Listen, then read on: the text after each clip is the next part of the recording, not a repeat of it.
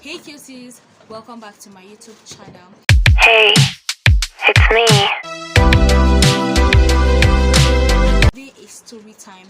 I'm going to be telling you guys how I was diagnosed with hepatitis. I love you guys. Thank you guys for watching my videos. Thank you for subscribing, and thank you for all the love and everything. I want to specially tell you that you have a special place in my heart.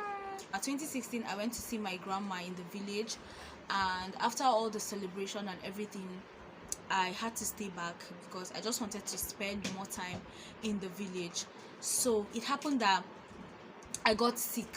I just felt like it was just a normal thing. So every morning I'll just wake up, take paracetamol, go back to bed.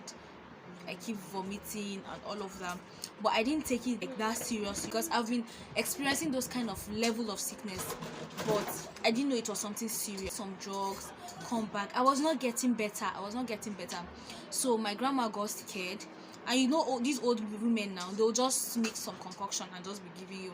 So she has just given me some treatment, and it was getting worse. I was dizzy. I could not stand. I could not eat. I could not do anything. So I had to call one of my uncles to take me to the hospital where he works. My uncle came to pick me. I remember vividly. I was on top of that bike. I was so dizzy. Like, I could not stand. I had to hold him. I had to go there to run some tests because he felt like this is beyond normal typhoid malaria and all. So after we went to the hospital, I got tested, and the results came out. I had high typhoid, high malaria, and then they diagnosed me with hepatitis C. Mother never had hepatitis. My father never had hepatitis. I never stayed with someone that had hepatitis. So how did I get hepatitis? After I came back home, they gave me drugs. They gave me hepatitis drugs. They gave me everything. I started taking it. I had to call my mom because at that point in time, it was getting serious. It was getting really serious. My mom was so confused. She was like, how did I get hepatitis? From where? I know I went to boarding school, but then there was no sign of hepatitis when I was in secondary school. Why is it that at that point in time I had hepatitis? So it was so confusing. She began to tease her village people. She thought that it was all the evil spirits. My grandma told her that there's someone that sells all these herbal hepatitis drugs, that people have been giving testimonies and all of that, that she would suggest I buy it. My mom, it didn't sit well with my mom, but at that point she was just so confused on how I got it. And my grandma went out to get the medicine for me. She said she's going to call all the pastors she knows, all the elders in the church, everyone, all the churches that she has been to, and she has the pastor's number. She literally told them about it. She said this is not ordinary. You guys, during those times that I was diagnosed with hepatitis, my grandma would cook food without oil for me.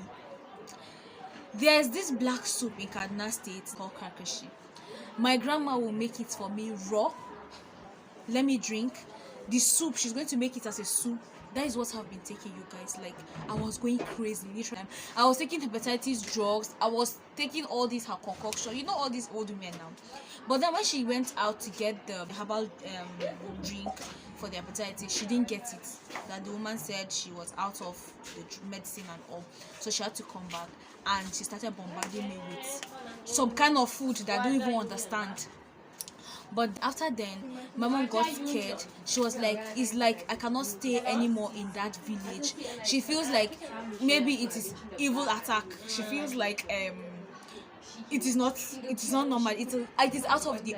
I took the drugs. I finished everything. After everything, I started getting better. But my mom said I should please leave the village because the forces that she sees like is a force for my father's house. So I still went back. Before I left for my place, I still went back to the hospital. The area is already down, the typhoid was down, and there was no hepatitis. So immediately I ran. The next day I packed my things and I went back to my mom's, and I was looking so slim, you guys. It was a battle. This is a testimony I have never shared, even in the church. I've not even shared anywhere. So whenever I sit to think of it, I was like, God really saved me. God really helped me. I'm really grateful to God for helping me out of that situation. Okay, imagine I didn't go for that test. I feel like everything happens for a reason. if I was not in the village, maybe that sickness would have been growing in me without me knowing. Guys, please always go and check yourselves. Don't be so ignorant about your health. Don't feel like, okay, I've not had headache or anything for the past 7 years, 5 years. You don't know what is growing. We hope for the better. We always pray for the better, but that is why God has given us doctors. But guys, always go and check yourselves. Make sure you are fit, and whenever there are symptoms of some things, please attack the sickness at the early stage. If you have if you had similar experience or experience of sort, please leave it in the comment section and tell us how you fought through and came out victorious, just like I did. So I hope you guys really enjoyed this video. Until I see you guys in my next video, bye.